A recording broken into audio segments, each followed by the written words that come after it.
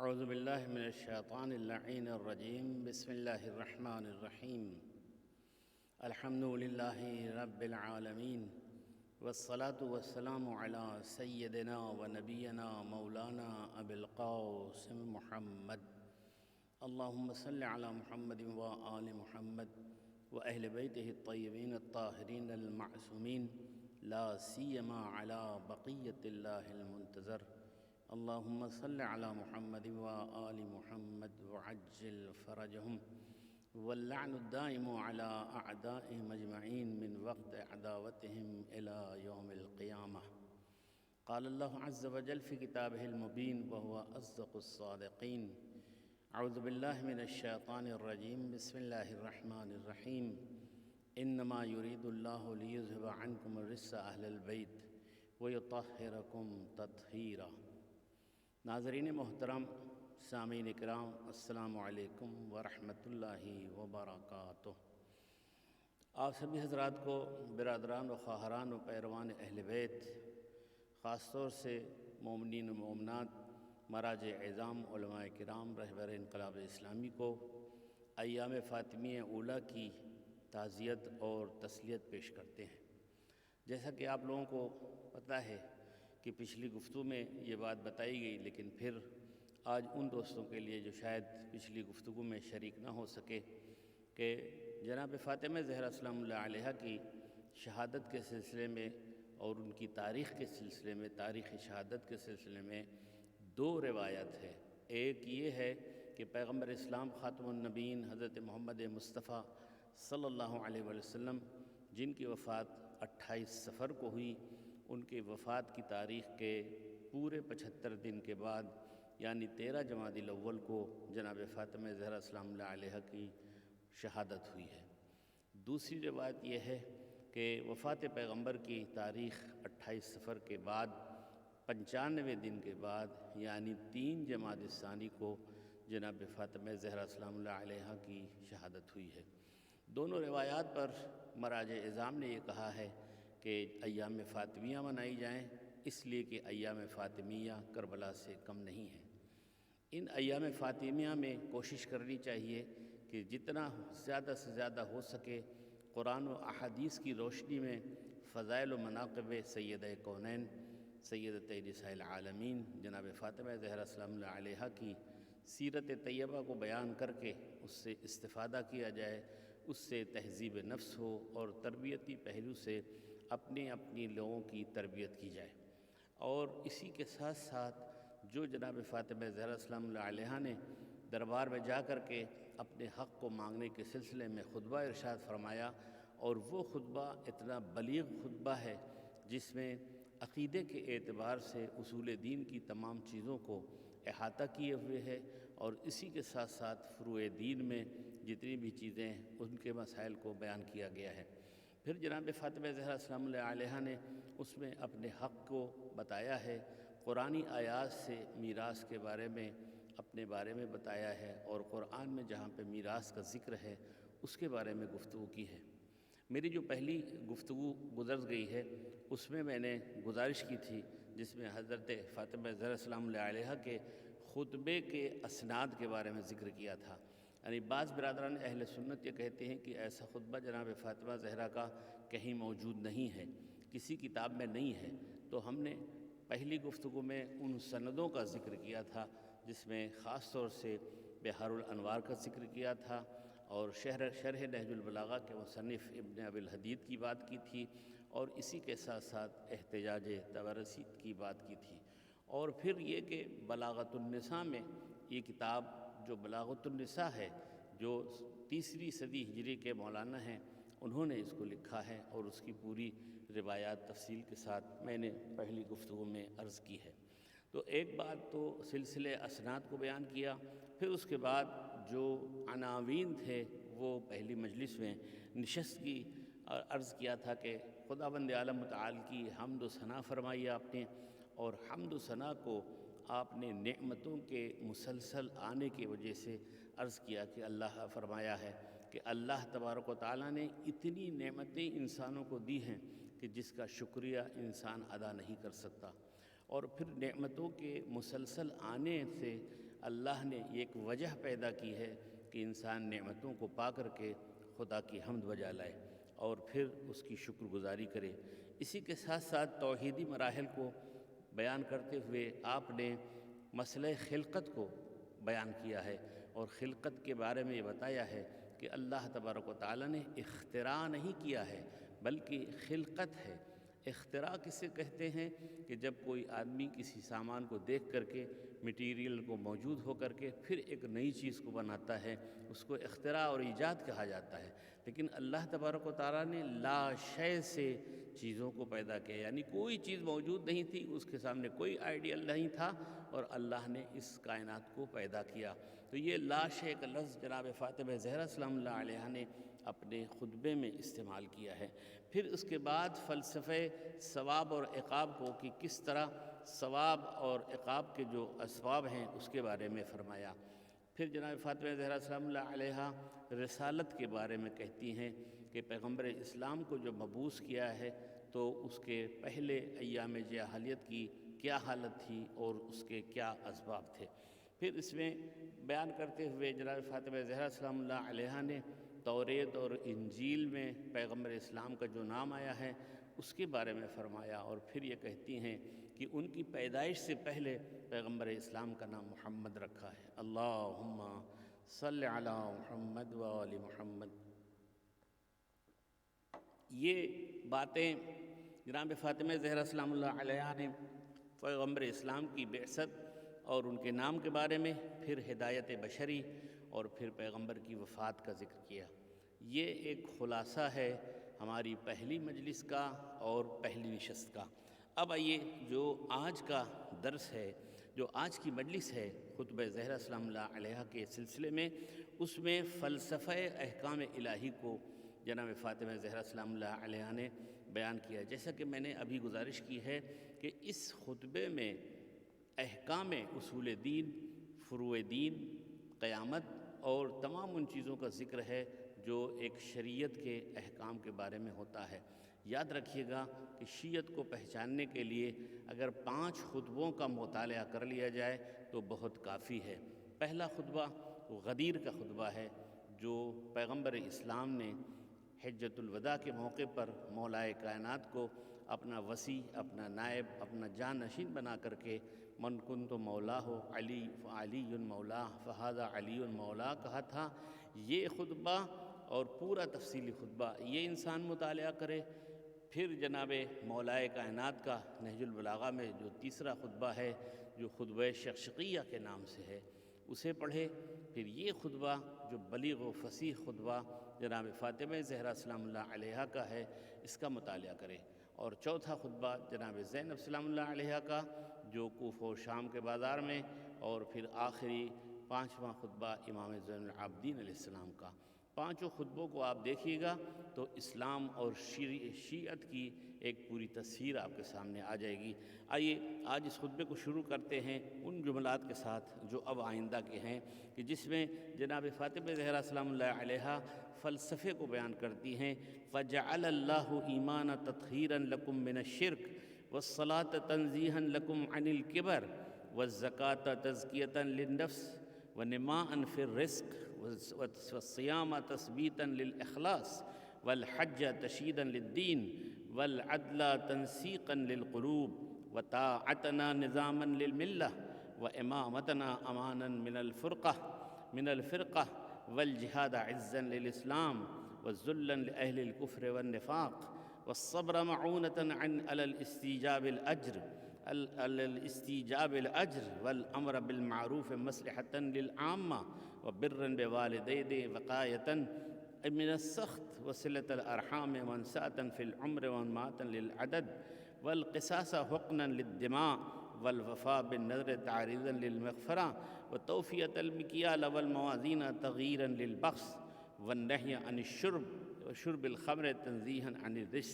آئیے اس کا ترجمہ عرض کرتے ہیں اور پھر تشریح کی طرف چلتے ہیں کہ جناب فاطمہ زہرا سلام اللہ علیہا فرماتی ہیں بس خداوند عالم نے تم لوگوں کے لیے ایمان کو شرک سے پاک ہونے کا وسیلہ بیان کیا اور تکبر سے بری ہونے کے لیے نماز کو سبب قرار دیا۔ زکوٰۃ کو نفس کی پاکیزگی اور رزق کی زیادتی کا ذریعہ بنایا ہے، اور وہ اس لیے واجب کیا ہے کہ دین میں مضبوطی ہو، عدل و انصاف کو، دلوں کی تنظیم اور ہماری اطاعت کو ملت اسلام کا نظام اور درستی، اور ہماری امامت کو تفرقہ سے بچنے کا ذریعہ بنایا ہے۔ جہاد کو اسلام کی عزت اور اہل نفاق و کفر کی ذلت کا ذریعہ بنایا ہے۔ مصیبت میں صبر کرنے کو تحصیل اجر ہے جو مددگار ہے، اور امر بالمعروف اور نہی عن المنکر میں عوام الناس کے مصلحتیں ہیں، اسی میں ودیت فرمائی ہے۔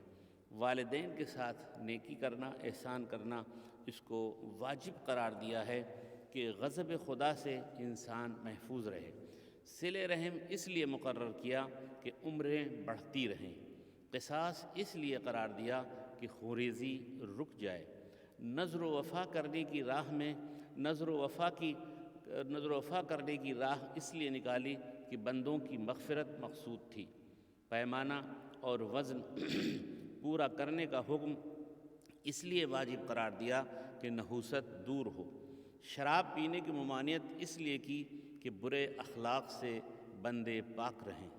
زنا کا بے جا الزام لگانا اس لیے حرام کیا کہ لعنت کے سامنے ایک حجاب اور معنی پیدا ہو جائے۔ چوری کرنے کو اس لیے ممنوع قرار دیا کہ دوسروں کے مال میں بے جا اجازت تصرف کرنے سے لوگ اپنے تئیں پاک رکھیں۔ خدا نے شرک کو اس وجہ سے حرام کیا کہ اس کی ربوبیت کا اقرار خالص رہے۔ لہذا خدا سے ڈرو جو ڈرنے کا حق ہے، اور یہ کوشش کرو کہ جب مرو تو مسلمان ہی مرو۔ خدا کی اطاعت کرو اور اوامر و نواہی میں، اور جن امور سے منع کیا ہے ان سے باز رہو۔ بے شک خدا سے ڈرنے والے اس کے بندے ہی علماء ہیں۔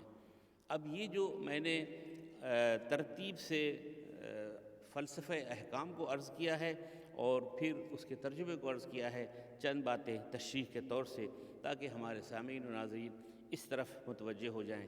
جناب فاطمہ فرماتی ہیں وَالصَّلَاةَ تَنزِيهًا لَكُمْ، پہلے فرمایا ہے شرک کے بارے میں کہ اللہ تبارک و تعالیٰ نے ایمان جو کہا ہے کہ ایمان لاؤ، ایمان کو شرک سے بچنے کے لیے اللہ تبارک و تعالیٰ نے کہ تاکہ تم پاک و پاکیزہ رہو شرک سے، اس لیے وَالَّذِينَ كَفَرُوا أَوْلِيَاؤُهُمُ الطَّاغُوتُ يُخْرِجُونَهُم مِّنَ النُّورِ إِلَى الظُّلُمَاتِ، یہ سورہ بقرہ کی آیت الکرسی والی آیت ہے، جس میں اللہ تبارک و تعالیٰ کفر سے نکلنے کے لیے ایمان کی طرف بات کرتا ہے، اور جو ظلمات سے نکل کے نور کی طرف۔ یہاں پر مسئلہ یہی ہے کہ اللہ تبارک و تعالیٰ نے ایمان کو شرک سے پاکیزگی کا ذریعہ قرار دیا ہے۔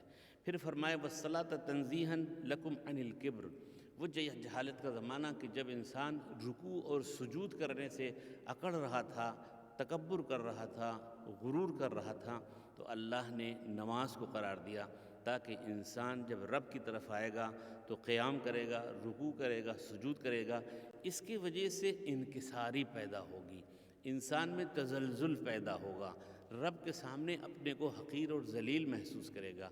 کیا بہترین جملہ ہے جناب فاطمہ سلام اللہ علیہا کا کہ نماز کو اس لیے واجب کیا ہے تاکہ انسان غرور سے نکل جائے۔ اور پھر قرآنی آیات ہے اقم الصلاۃ لذکری، نماز کو قائم کرو ہمیں یاد کرنے کے لیے، تو جو انسان رب کو یاد کرے گا وہ نماز کو پڑھے گا۔ پھر جناب فاطمہ فرماتی ہیں کہ زکوٰۃ کیوں واجب کی گئی ہے؟ وَالزَّكَاةَ تَزْكِيَةً لِلنَّفْسِ وَلِمَانِ فِي الرِّزْقِ، دو معنی ہیں زکوٰۃ کے۔ زے کاف واو تے جو ہے پاکیزگی اور طہارت کے معنی میں ہے، اور دوسرا معنی ہے نمو یعنی بڑھنے کے معنی میں، رشد کے معنی میں۔ چنانچہ اسی لیے زکوٰۃ کے لیے جناب سیدہ فرماتی ہیں کہ اللہ نے تمہارے اوپر زکوٰۃ کو واجب کیا ہے تاکہ تمہاری مال پاک ہوں اور تمہارے رزق میں برکت ہو۔ چنانچہ قرآن کی ایک آیت ہے خذ من اموالہم صدقہ تطہرہم وتزکیہم بہا، دیکھو تم اپنے مال میں سے صدقہ نکالو، زکوٰۃ نکالو، جس کی وجہ سے تمہارے مال پاک ہو جائیں گے۔ اور پھر اسی طرح اگر رشد کے معنی میں لیا جائے تو انسان جتنا بھی زکوٰۃ نکالتا ہے اس کی وجہ سے اس میں برکت ہوتی ہے۔ چنانچہ روایت میں آیا ہے حسنوا اموالکم بالزکوٰۃ، اپنے مال کو زکوٰۃ دے کر کے محفوظ کرو۔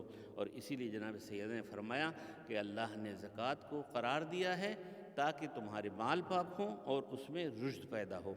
پھر روزے کے بارے میں فرماتی ہیں وَالصِّيَامَ تَثْبِيتًا لِلْإِخْلَاصِ، روزہ جو ہے اخلاص کو ثابت کرنے کے لیے۔ واقعاً روزہ ایک ایسا عمل ہے جو عدم کا ہے، عدم یعنی نہ، مطلب کیا ہے کہ انسان جب روزہ رہتا ہے تو کسی کو پتہ نہیں چلتا کہ کھائے ہے یا پیے ہے، صرف اس کے اور اس کے رب کے درمیان یہ رہتا ہے کہ واقعی ہم نے روزہ رکھا ہے۔ تو یہ عدمی صفت ہوتی ہے انسان میں اخلاص کو پیدا کرنے کے لیے۔ جناب سیدہ اسی طرف اشارہ کرتی ہیں کہ روزہ اخلاص کو ثابت کرنے کے لیے ہے۔ چنانچہ جب رب اور انسان کے درمیان میں یہ کام ہوتا ہے تو حدیث قدسی میں آیا ہوا ہے الصوم لی وانا اجزی بہ، کہ روزہ میرے لیے رکھو گے تو ہم اس کا اجر دیں گے۔ پھر فرماتی ہیں حج کے لیے کہتے ہیں کہ تشییداً للدین، دین کو محکم کرنے کے لیے ہے۔ عجیب و غریب ہے بات کہ اس میں انسان اگر غور کرے تو انسان کی اس عبادت میں نماز بھی ہے، روزہ بھی ہے، حج بھی ہے، زکوٰۃ بھی ہے، تمام چیزیں ہیں۔ نماز کس لحاظ سے؟ نماز طواف آپ پڑھیں گے تو نماز ہے۔ روزہ کس لحاظ سے ہے کہ امساک ہے، اپنے آپ کو بچانا ہے۔ وہ 24 چیزیں جو لباس احرام پہننے کے بعد حرام ہو جاتی ہے وہ امساک کی ایک صورت ہے۔ اور اسی طرح انسان اپنے حج کے اعمال میں خمس نکالتا ہے، وہ زکوٰۃ کی ایک قسم ہے۔ اور اسی طرح طواف کرتا ہے، یہ طواف ارکان حج میں سے ہے۔ تو حج ایسی عبادت ہے کہ اس میں انسان کو دین کی محکم اور استحکام کے لیے ہے، کہ جیسا کہ حج ابراہیمی ہے کہ اللہ تبارک و تعالیٰ نے جناب ابراہیم کو جب دعوت دی تھی حج کے موقع پر تو اپنی اولاد کو بھی قربان کے لیے وہ تیار ہوئے تھے۔ حج اسی بہترین صفت کا نام ہے کہ انسان اس مرحلے پر آ کر کے ہر وہ قربانی دینے کے لیے تیار ہوتا ہے۔ اس کا اشارہ جناب سیدہ نے اپنے خطبے میں کیا۔ اس کے علاوہ یہ ایک بہت بڑی کانفرنس ہے، ساری دنیا سے انسان آتے ہیں، جمع ہوتے ہیں، ان کو اپنے اقتصادی سلسلے میں، اجتماعی بارے میں، سیاسی بارے میں ہر پہلو سے بیٹھ کر کے بات کرنی چاہیے۔ جناب سید نے کہا کہ تشییداً للدین، دین کو محکم کرنے کے لیے۔ پھر فرماتی ہیں والعدل تنسیقاً للقلوب، اور عدل کو اللہ تبارک و تعالیٰ نے جو رکھا ہے تاکہ دلوں کو اکٹھا کیا جائے، دلوں میں ضم کرنا، ایک دوسرے کو باہم پیوند کرنا ہے، باہم ایک دوسرے کو ملانا ہے۔ تو جب عدل ہوگا تو ظلم کا خاتمہ ہوگا۔ پھر فرماتی وطاعتنا نظاما للملہ، کہتے ہیں کہ جب ہماری اطاعت ہوگی تو ملت میں ایک نظام پیدا ہوگا، یعنی فرماتی ہیں کہ ہماری اطاعت کرو گے تو ملت میں آپس میں ایک نظام پیدا ہو جائے گا۔ وامامتنا امانا من الفرقہ، اور ہماری امامت جو ہے وہ فرقہ، آپس میں تفرقہ پیدا کرنے سے روکتی ہے۔ یعنی جب امامت ہماری ہوگی تو اس میں آپس میں اختلاف نہیں ہوگا اور تفرقہ نہیں پیدا ہوگا۔ آگے آپ کہتی ہیں والجہاد عزا للاسلام، جہاد جو ہے اسلام کی عزت کا سامان ہے، وذلا لاہل الکفر والنفاق، اور کفر و نفاق کے ذلت کا سامان ہے۔ قرآن مجید میں سب سے زیادہ جس چیز کو توجہ دلائی گئی ہے فرودین میں وہ مسئلہ جہاد ہے، اور مسئلہ جہاد قرآن اور روایت میں اس طرح تاکید کی گئی ہے کہ پیغمبر اسلام کے احادیث میں، کلمات میں، چہاردہ معصومین کے کلمات میں مختلف پہلوؤں سے اس پر بحث آئی ہوئی ہے۔ نہج البلاغہ میں حضرت امیر المومنین علیہ السلام نے ارشاد فرمایا ہے کہ جنت کے ابواب میں سے ایک دروازہ ہے جس کا نام باب المجاہدین ہے، یعنی جہاد کرنے والے ہیں۔ لیکن ایک بات یہاں پر میں اپنے ناظرین و سامعین کو بتا دوں کہ جہاد کا مطلب نہیں ہے کہ آپ تلوار اور پستول لے کر کے جس کو چاہیں قتل کر لیں، یہ دین اور شریعت نے اجازت نہیں دی ہے۔ یہ جہاد اصغر ہے جہاں پر مورچوں پہ لڑنے کی بات ہوتی ہے، اصل جہاد جہاد اکبر ہے جو نفس کو مارنے کا نام ہے۔ اس وقت مجھے تفصیل سے جہاد کے بارے میں گفتگو نہیں کرنی ہے، صرف یہ بتانا ہے کہ پیغمبر اسلام نے یہ کہا تھا کہ اپنے نفس کو مارو، یہ جہاد اکبر ہے جہاں پر انسان مشکلات میں گھرتا ہے اور پھر وہاں پر جا کر کے اپنے آپ کو کنٹرول کرتا ہے، وہ جہاد نفس ہے۔ پھر فرماتی والصبر معونۃ علی استیجاب الاجر، کہتے ہیں صبر جو ہے اجر کو حاصل کرنے کا ایک سبب ہے، ایک پاداش ہے، ایک بدلہ ہے، ایک اجر ہے۔ صبر کی 3 قسمیں بیان کی گئی ہیں۔ صبر جو ہے مصیبت کے وقت ہے، اور صبر جو ہے اطاعت کے وقت ہے، اور صبر معصیت کے وقت ہے۔ ان تینوں میں فرق کیا ہے توجہ فرمائیے۔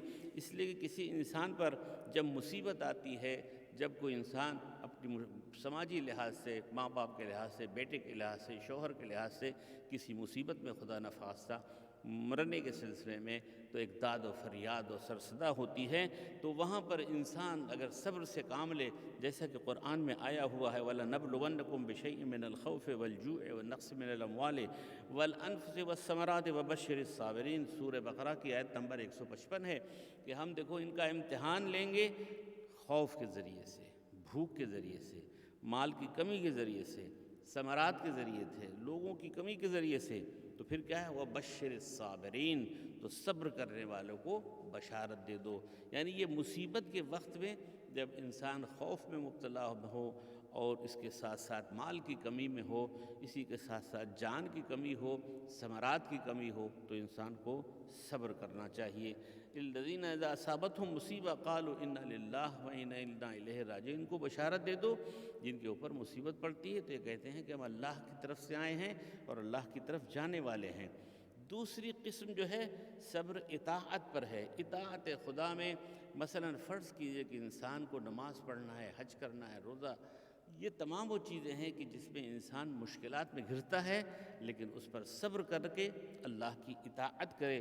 قرآن مجید نے فرمایا ام حسبتم ان تدخلوا الجنة ولما یاتکم مثل الذین خلوا من قبلکم، کیا تم نے اس بات کا گمان کیا ہے کہ جنت میں داخل ہو جاؤ بغیر امتحان کے؟ ایسا نہیں ہو سکتا۔ تو گویا اس میں جو ہے صبر بڑی اہم بات ہے۔ مستہم الباساء والضراء وزلزلوا حتى يقول الرسول والذین آمنوا معه متى نصر اللہ۔ یہ صبر کی بہترین قسم ہے جو تاکید کی گئی ہے کہ انسان اطاعت کے موقع پر صبر کرے۔ پھر تیسری قسم ہے معصیت میں، گناہ کا موقع آیا ہے اور انسان اپنے آپ کو کنٹرول کرے اور صبر کرے، اور پھر یہی آیت ہے انما یوفی الصابرون اجرہم بغیر حساب۔ سورہ زمر کی آیت نمبر 10 ہے کہ لوگ جو صبر کرتے ہیں ان کا اجر بہت زیادہ ہے۔ تو یہ صبر کے بارے میں جناب فاطمہ زہرا سلام اللہ علیہا نے تاکید فرمائی ہے۔ پھر اپنے خطبے میں ارشاد فرماتی والامر بالمعروف والنہی عن المنکر مصلحۃ للعامہ، یعنی نیکی کی ہدایت کرنا، برائیوں سے روکنا، یہ اجتماعی فائدہ ہے، تمام لوگوں کی مصلحت کے لیے ہے، اور اس میں کسی قسم کی کوئی انفرادی بات نہیں ہے بلکہ تمام لوگوں کے فائدے کی بات ہے۔ اس لیے امر بالمعروف اور نہی عن المنکر ہونا چاہیے۔ چنانچہ قرآن کی آیت سورہ آل عمران کی آیت نمبر 104 ہے وَلْتَكُن مِّنكُمْ أُمَّةٌ يَدْعُونَ إِلَى الْخَيْرِ اور وَيَأْمُرُونَ بِالْمَعْرُوفِ وَيَنْهَوْنَ عَنِ الْمُنكَرِ۔ دیکھو تم لوگوں میں ایک قوم ہونی چاہیے، ایک امت ہونی چاہیے جو خیر کی طرف بلائے، خیر العمل، حی علی خیر العمل، خیر کی طرف دعوت دے اور جو نیکی کی ہدایت کرے اور برائیوں سے روکے۔ بہترین آیت ہے، اگر ہم اس پر عمل کریں، امر بالمعروف اور نہی عن المنکر۔ جناب فاطمہ زہرا سلام اللہ علیہا اپنے خطبے میں آگے ارشاد فرماتی ہیں وَبِرِّ الْوَالِدَيْنِ وِقَایَةً مِّنَ السِّخْطِ۔ دیکھو اللہ نے اپنی اطاعت، اپنی ربوبیت، اپنی خالقیت کے فوراً بعد والدین کی اطاعت کا ذکر کیا ہے۔ یہاں پر جناب فاطمہ اشارہ کرتی ہیں کہ اللہ نے والدین کی طرف نیکی اس لیے رکھی ہے تاکہ اپنے غضب سے تم کو محفوظ رکھے۔ یعنی انسان اگر والدین کا مطیع نہیں ہوتا ہے تو پھر غضب خدا اس کے اوپر ہوتا ہے، العیاذ باللہ۔ انسان اپنے آپ کو معاف رکھے۔ یاد رکھیے گا سورہ بنی اسرائیل کی آیت ہے، اور اس کے اللہ روایات میں وَلَا تَقُل لَهُمَا أُفٍّ وَلَا تَنْهَرْهُمَا، یہ قرآن کی آیت ہے کہ دیکھو ان کو اوف بھی نہ کہو، ان کو اوف بھی نہ کرو۔ دوسری آیت ہے وَإِذْ أَخَذْنَا مِيثَاقَ بَنِي إِسْرَائِيلَ لَا تَعْبُدُونَ إِلَّا اللَّهَ وَبِالْوَالِدَيْنِ إِحْسَانًا۔ سورہ بقرہ کی آیت 83 ہے کہ جب ہم نے بنی اسرائیل سے اس بات کا عہد و پیمان لیا کہ تم کسی رب کی عبادت نہ کرو لیکن اپنے اللہ کی، اور والدین کے ساتھ نیکی کرو۔ تو غور فرمایا اپنے ان آیات کی روشنی میں والدین کی عظمت کو اور ان کے احسان کو ہمیں توجہ دینا چاہیے۔ اور اس سلسلے میں بہت مختصر عرض کروں کہ کہ انسان جوان ہے جتنا بھی ہے کوشش کرے والدین اس کے زندہ ہیں، اس کی اطاعت، اس کی فرما برداری میں اور خدمت میں لگا رہے۔ پھر فرماتے وصلۃ الارحام منساتن فی العمر من معدن للعدد، اور صلہ رحم جو ہے یعنی اپنے والدین کے رشتہ داروں سے اپنے فرسٹ کزن کو بہت ترجیح دیں، خالہ، ماموں، چچا اور ان کی اولاد، ان لوگوں کو یہ صلہ رحم کرنا یہ بہت بڑی عبادت ہے۔ اس سے انسان کی عمر بڑھتی ہے اور آپ کے مال میں بھی اضافہ ہوتا ہے۔ پھر عدالت کے سلسلے میں جناب سیدہ فرماتی وتوفیۃ المکیال والموازین تغییرا للبخس، کہ انسان کو ناپ تول کے بارے میں، وزن کرنے کے بارے میں یہ جو قانون رب قرآن میں اور احادیث میں آئے ہوئے ہیں تاکہ دوسروں کا حق ضائع نہ ہونے پائے۔ جلدی میں عرض کر دوں وحرمتاً والنہی عن شرب الخمر تنزیہا عن الرجس، اور اللہ تبارک و تعالیٰ نے شراب پینے سے جو منع کیا ہے اس لیے تاکہ پلیدگی اور نجاست سے دور رہو۔ شراب انسان پیتا ہے تو اس کی عقل جو ہے معوف ہو جاتی ہے، عقل برباد ہو جاتی ہے۔ دیکھیں شراب پینے والے کو دیکھیے آپ کیسے وہ بکواسات کرتا ہے اور کس طرح وہ لڑائی جھگڑا کرتا ہے۔ پھر حرمت قذف کے بارے میں کہ جو انسان بدکاری کی نسبت کسی انسان کی طرف، مومن کی طرف دیتا ہے، وہ بہرحال یہ جائز صحیح نہیں ہے اور وہ مورد لعنت قرار پاتا ہے۔ چوری کے بارے میں جناب سیدہ کہتی وترک السرقہ ایجابا للعفہ، دیکھو چوری کرنے سے اس لیے منع کیا گیا ہے تاکہ انسان کی عفت محفوظ رہے، وہ سماج میں پاک گردانا چاہے۔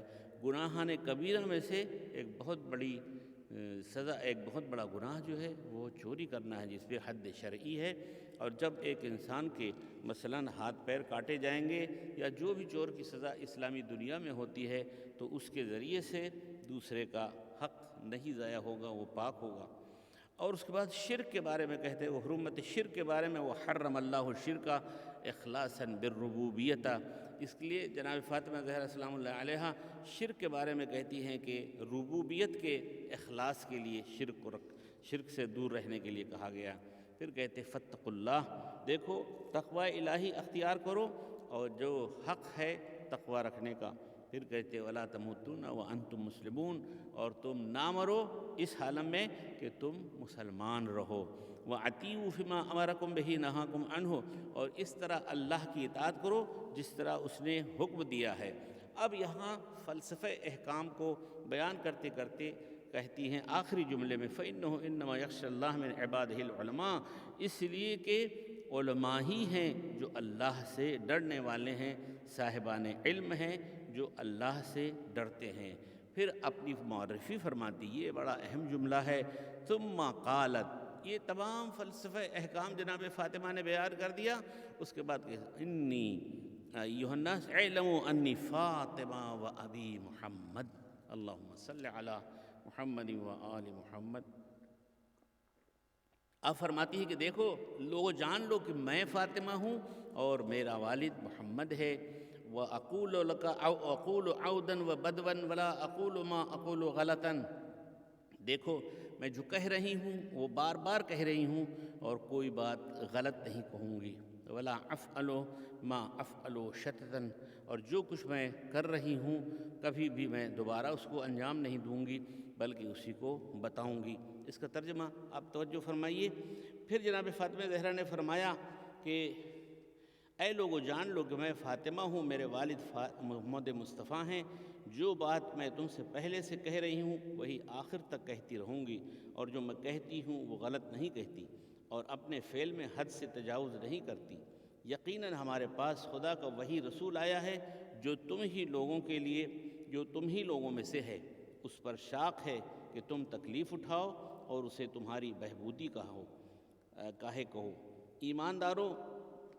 ایمانداروں پر واجب ہے کہ وہ پیغمبر ان پر شفیق اور مہربان ہے، بس اگر تم ان کی نسبت دو اور ان کا تعارف کراؤ تو تم میں ان کا میرا باپ پاؤ گے، نہ کہ اپنی عورتوں کا باپ، اور میرے ابن عم علی ابن ابی طالب کا بھائی پاؤ گے، نہ کہ اپنے مردوں میں سے کسی کا۔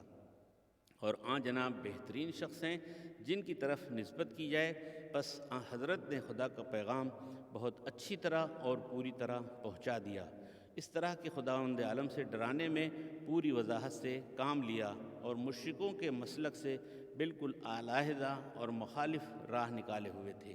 یہاں پر جناب فاطمہ زہرا سلام اللہ علیہا جو اپنی تعریف کر رہی ہیں، یعنی اپنی معرفی کر رہی ہیں، وہ یہ کہتے اعلموا، تم لوگ جان لو کہ میں ہی فاطمہ ہوں اور میرا باپ محمد ہے۔ کہنے کا مطلب یہ ہے کہ میں ان کی بیٹی ہوں، کوئی عورتوں میں سے ان کا باپ محمد نہیں ہے، بلکہ میں ہی ہوں، میں ان کی بیٹی ہوں، میرا باپ محمد ہے۔ اور پھر بتایا کہ مردوں میں سے جو علی ابن ابی طالب ہیں وہ ہمارے عمزاد یعنی جناب ابو طالب کے بیٹے ہیں، مردوں میں ان کا کوئی بھائی نہیں ہے، صرف رسول اللہ کے بھائی۔ یہ دونوں نسبتیں دینے کا مقصد یہ تھا کہ کیا بہترین نسبت پیغمبر اسلام کی ہے کہ کوئی اس کی بیٹی ہو، اور پیغمبر اسلام سے نسبت دینا وہی اس کا کوئی چچا زاد بھائی ہو۔ یہ بہت بڑی تعریف ہے جو جناب پیغمبر اسلام کی طرف نسبت دی ہے۔ اسی کو علامہ اقبال نے کہا تھا کہ مریم اتنی بلند ہیں کہ ان کی ایک نسبت روح اللہ کی طرف ہے، اولو العزم پیغمبر کے اعتبار سے، لیکن جناب سیدہ کی عظمت ایسی ہے کہ ایک طرف باپ ان کا نبی ہے، دوسری طرف ان کا شوہر سید الاوصیاء ہے، اور تیسری طرف ان کے دونوں بیٹے سردار جوانان جنت ہیں۔ تو جناب فاطمہ زہرا سلام اللہ علیہ نے ان نسبتوں کی یہاں پر تعریف کی ہے اور یہ بتایا ہے کہ دیکھو اب ہم جو باتیں کر رہے ہیں اس کو یہ نہ سمجھنا کہ ایسے ہی ویسے ہے، بلکہ میں کون ہوں۔ پھر آگے آ کر کے دعوت دینے کے بارے میں فرما رہی ہیں کہ پیغمبر اسلام کون تھے؟ داعین الی سبیل اللہ بالحکمت فی سبیل ربہ بالحکمت والموعظۃ الحسنہ وجادلہم باللتی ہی احسن۔ تین طریقے ہیں دعوت اسلام کے، ایک طریقہ ہے موعظہ حسنہ کا، ایک طریقہ ہے حکمت سے، اور ایک طریقہ ہے مجادلے سے۔ بہرحال اس پر تفصیل نہیں عرض کرنی ہے، آگے جلدی سے بڑھتے ہوئے جناب فاطمہ فرماتی ہیں کہ وہ پیغمبر جو آیا ہے اس نے موعظے سے کام لیا، حکمت سے کام لیا، مجادلے سے کام لیا، اور پھر فرمایا یکسر الاصنام وینقص الالحام، کہتے ہیں کہ پتھروں کو بت شکنی کی ہے، اور اس نے دوسرے جو تھے ان کو بھی توڑ کر کے، یہ جن کی بت پرستی ہوتی تھی اس کو توڑا ہے اور ختم کیا ہے۔ حتی تفر اللیل عن صبح، اب یہاں پر توحید کی نغمہ سرائی ہو رہی ہے اور کفر کی خاموشی ہو رہی ہے، اس طرف جناب فاطمہ زہرا سلام اللہ علیہا نے اس کا اشارہ کیا۔ اسفر الحق عن محضہ، اور حق خالص ان کی طرف ظاہر ہوا ہے۔ پھر فرماتی وطاح وشیز النفاق، اور نفاق اور کفر جو ہے پیغمبر اسلام کے ذریعے سے ختم ہوا ہے۔ وانحلت عقد الکفر والشقاق، اور کفر و شقاق وہیں سے ختم ہوا ہے۔ پھر اس کے بعد سے جناب فاطمہ زہرا سلام اللہ علیہا آخری آیت پڑھتی ہیں الذی اذهب اللہ عنہم الرجس وطہرہم تطہیرا۔ یہ سورہ احزاب کی آیت نمبر 33 ہے، جسے آیت تطہیر کہا جاتا ہے، اور یہ بتاتی ہوئی کہ اللہ تبارک و تعالیٰ نے پنجتر پاک کو تمام رجس سے پاک کیا ہے، جو پاک رکھنے کا حق ہے، اور طہارت سے ان کو منسوخ کیا ہے۔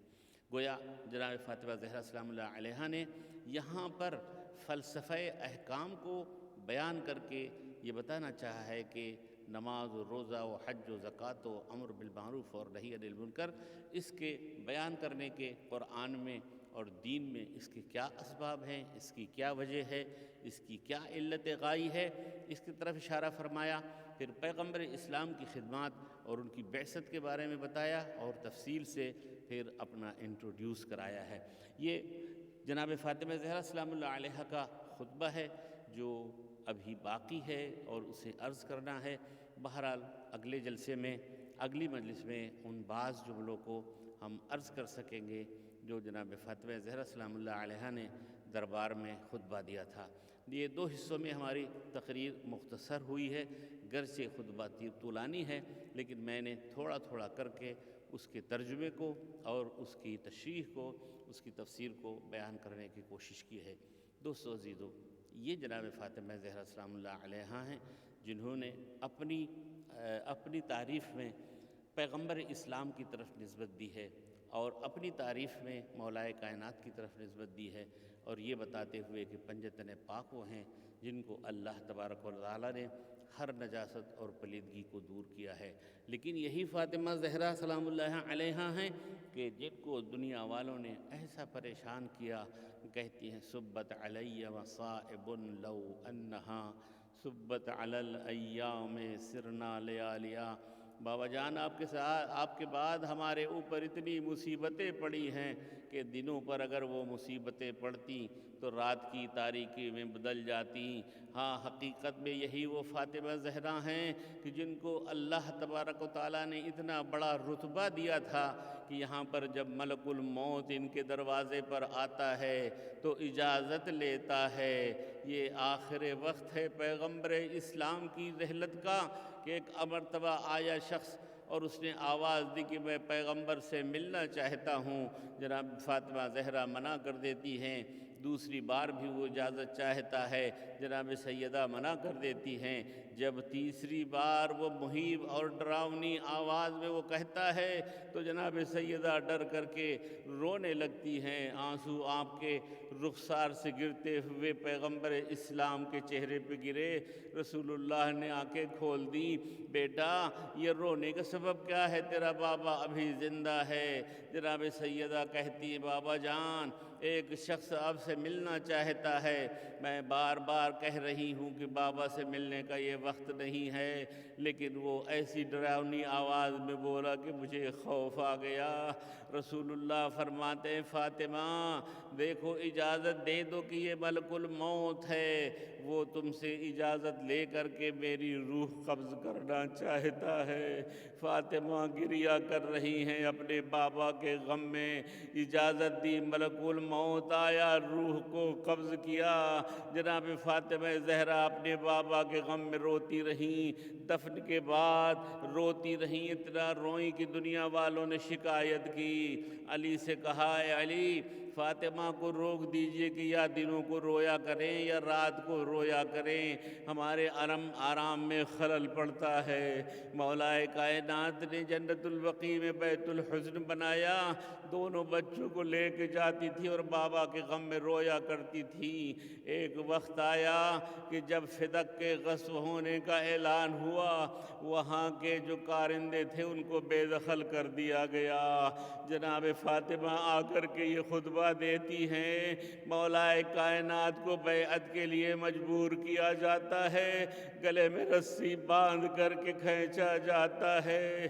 جناب سیدہ کہتی خلو ابو الحسن، ابو الحسن کو چھوڑ دو ورنہ میں سر کے بال بکھیر دوں گی۔ یہ کلچر اور فرہنگ عرب ہے کہ اگر کوئی خاتون اپنے سر کے بال کو بکھیرے یہ عیب مانا جاتا ہے۔ اللہ اکبر، آگ اور لکڑی اکٹھا کی گئی۔ جب یہ کہا گیا کہ اس گھر میں حسنین بھی ہیں، کہنے والے کہتے ہیں وَإِن، اگرچہ حسن اور حسین بھی ہوں۔ جناب فاطمہ زہرا در و دیوار کے درمیان آتی ہیں اور قنفذ ایسا لات مارتا ہے کہ جناب فاطمہ در و دیوار کے درمیان آتی ہیں، آواز دیتی ہے خذینی یا فضہ، اے فضہ مجھے سنبھالو، میرا بیٹا محسن شہید ہو گیا۔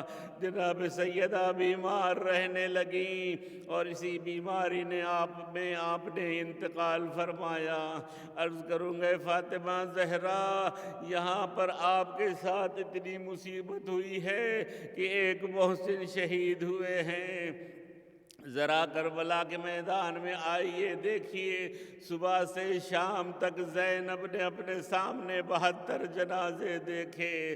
وہ عصر کا ہنگام ہے، اسے کون بیان کرے، صرف زینب کا دل ہے، بس وہی برداشت کرنے والی ہیں کہ تلے زینبیہ پہ کھڑے ہو کے اپنے بھائی کو ڈھونڈ کر کے دیکھ رہی ہیں۔ قاتل جب سر حسین کو جدا کر رہا ہے، عمر سعد سے خطاب کر کے کہہ رہی ہیں عمر سعد تو دیکھ رہا ہے میرا بھائی ذبح ہو رہا ہے، سیاہ آندھیاں چلی، فرات کا پانی نیزو اچھلا، ایک مرتبہ زمین کربلا ہلنے لگی، جناب زینب کو دوڑی ہوئی جناب سید سجاد کے خیمے میں آئی، بیٹا سید سجاد دیکھو کیا ہو رہا ہے۔ آپ نے کہا پھوپھی جان ذرا خیمے کا پردہ ہٹائیے گا، دیکھا کہ نیزے پر حسین کا سر ہے۔ سید سجاد فرماتے السلام علیک یا ابا عبداللہ، السلام علیک یا ابن رسول اللہ، الا لعنت اللہ علی القوم الظالمین وسيعلم الذین ظلموا أي منقلب ينقلبون، انا للہ و انا الیہ راجعون، رضا بقضائہ و تسلیما لامرہ۔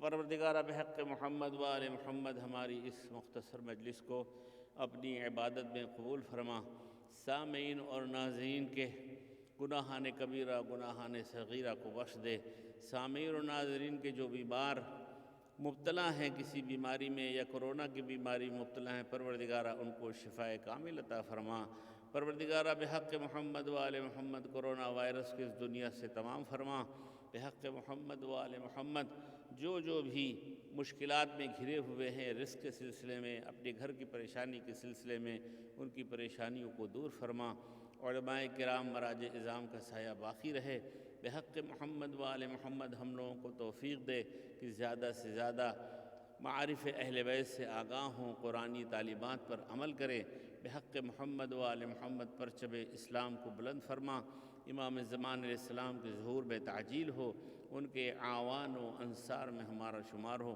وصلی اللہ علی محمد و اہل بیتہ الطیبین الطاہرین المعصومین۔ تمام مومنین و مومنات سامعین و ناظرین کے مرحومین کے لیے، اپنے اپنے مرحومین کے لیے فاتحہ مع الصلوات علی محمد و آل محمد۔ بسم اللہ الرحمن الرحیم۔